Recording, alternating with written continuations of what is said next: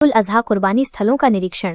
कानपुर 3 जून आगामी ईद उल अजहा पर्व के मद्देनजर डीसीपी दक्षिण दीपेंद्र नाथ चौधरी ने बाबूपुरवा क्षेत्र की अबू बकर मस्जिद और नई मस्जिद स्थित कुर्बानी स्थलों का निरीक्षण किया। उन्होंने सुरक्षा व्यवस्था, यातायात प्रबंधन और अन्य तैयारियों का जायजा लिया। इस दौरान उन्होंने कमेटी सदस्यों से शांतिपूर्ण त्योहार सुनिश्चित करने का आग्रह किया। निरीक्षण में एडीसीपी दक्षिण, थाना प्रभारी और इंतजामिया कमेटी के सदस्य भी मौजूद रहे।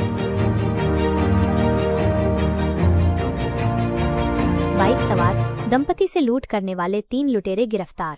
कानपुर 3 जून थाना शिवराजपुर क्षेत्र में बाइक सवार दंपति से तमंचे के बल पर लूटपाट करने वाले 3 शातिर अभियुक्तों को पुलिस ने गिरफ्तार कर लिया है। अपर पुलिस उपायुक्त पश्चिम श्री कपिलदेव सिंह ने बताया कि अभियुक्तों के पास से लूट का माल, तमंचा व घटना में प्रयुक्त बाइक बरामद की गई है। आरोपियों के विरुद्ध विधिक कार्रवाई की जा रही है।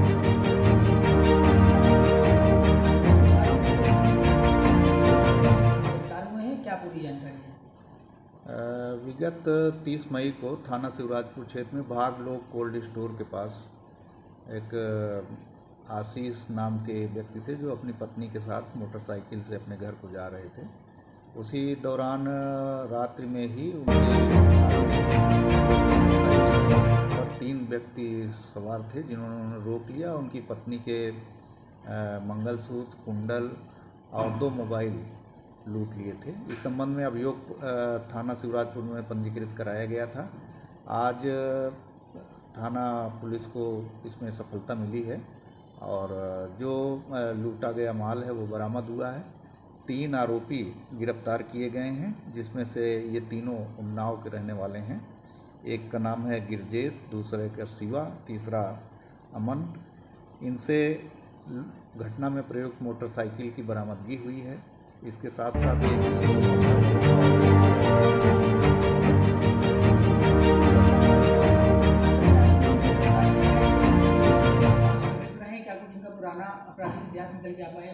हाँ बिल्कुल, इनका आपराधिक इतिहास पता किया जा रहा है और इनके द्वारा इस तरह घटनाएं की गई हैं। इस संबंध में आपको जो भी और प्रगति होगी उससे अवगत कराया जाएगा।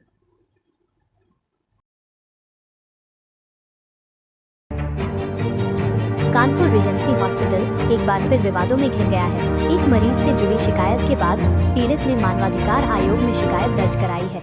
आयोग ने इस मामले को गंभीरता से लिया है और जिलाधिकारी, डीएम तथा मुख्य चिकित्सा अधिकारी सीएमओ को जांच के निर्देश दिए हैं। साथ ही आयोग ने यह भी कहा है कि जांच में दोषी पाए जाने पर संबंधितों के खिलाफ कड़ी कार्रवाई की जाए। नहीं, उनकी पूरी आंत ही निकाल दी डॉक्टर ने। पहले बोले कि हम आंत का ऑपरेशन करेंगे और उसमें से जो पार्ट खराब होगा वो पार्ट हटा देंगे। वहाँ के डॉक्टर ने हमको बताया, विश्वास दिलाया कि मतलब आपकी माताजी ठीक हो जाएंगी। तो हमने बोला भी कि हमें ऑपरेशन नहीं कराना, तो हमारे ऊपर दबाव बनाया गया कि नहीं, आप अगर ऑपरेशन नहीं कराओगे तो आपकी माताजी नहीं रहेंगी, नहीं बचेंगी, वो इसमें साइन करो, कागज में लिख करके दो।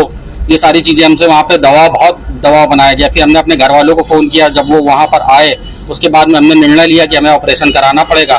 जब डॉक्टरों ने हमको बताया कि ऑपरेशन करा लेंगे तो आपकी माताजी ठीक हो जाएंगी, मगर जब हमने ऑपरेशन कराया तो उसके बाद में डॉक्टर ने हमसे बताया कि हमने आपकी माताजी की पूरी आंत ही हटा दी है। मतलब जिस चीज का हम इलाज कराने के लिए गए थे वो पार्ट ही हटा दिया बॉडी का। बोले आप सर्वाइव नहीं कर पाएंगी, जिंदा नहीं रहेंगी आपकी माताजी। तो हमारा कहने का मतलब ये है कि जब हमारी माताजी जिंदा नहीं रह सकती थी बिना ऑपरेशन किया, ऑपरेशन के बाद तो आपने ऑपरेशन किया ही किस लिए? और जिस चीज का हम आपको इलाज कराने के लिए गए थे वो पार्टी आपने हटा दिया वहां से, तो बचा ही क्या फिर शरीर में? फिर आदमी कैसे सरवाइव करेगा? बिना हाथ के आदमी कैसे जिएगा? बिना मतलब 28 दिन तक माताजी ने ना ही अन्न का एक दाना गया उनके मुंह के अंदर, ना ही पानी गया। उन्होंने एक ट्यूब बना दी थी, मुंह से जाता था, सब वहीं से निकल करके चला जाता था। वो 28 दिन हमारे लिए इतने कष्टदायक रहे कि हम बयान नहीं कर सकते। मगर हम ये चाहते हैं कि ऐसा कानून इस देश में बने जिससे पारदर्शिता रहे, डॉक्टर लूटे नहीं। वही दवाई जो वहाँ पे अंदर हमको 850-900 रुपए की पड़ रही थी, वही बाहर हमको 150 रुपए की दवाई पड़ रही है। मतलब इतनी लूट वसूट चल रही है वहाँ पर। केवल मेडिकल किडनैपिंग के तरीके यूज किया जा रहा है वहाँ पे पेशेंटों को।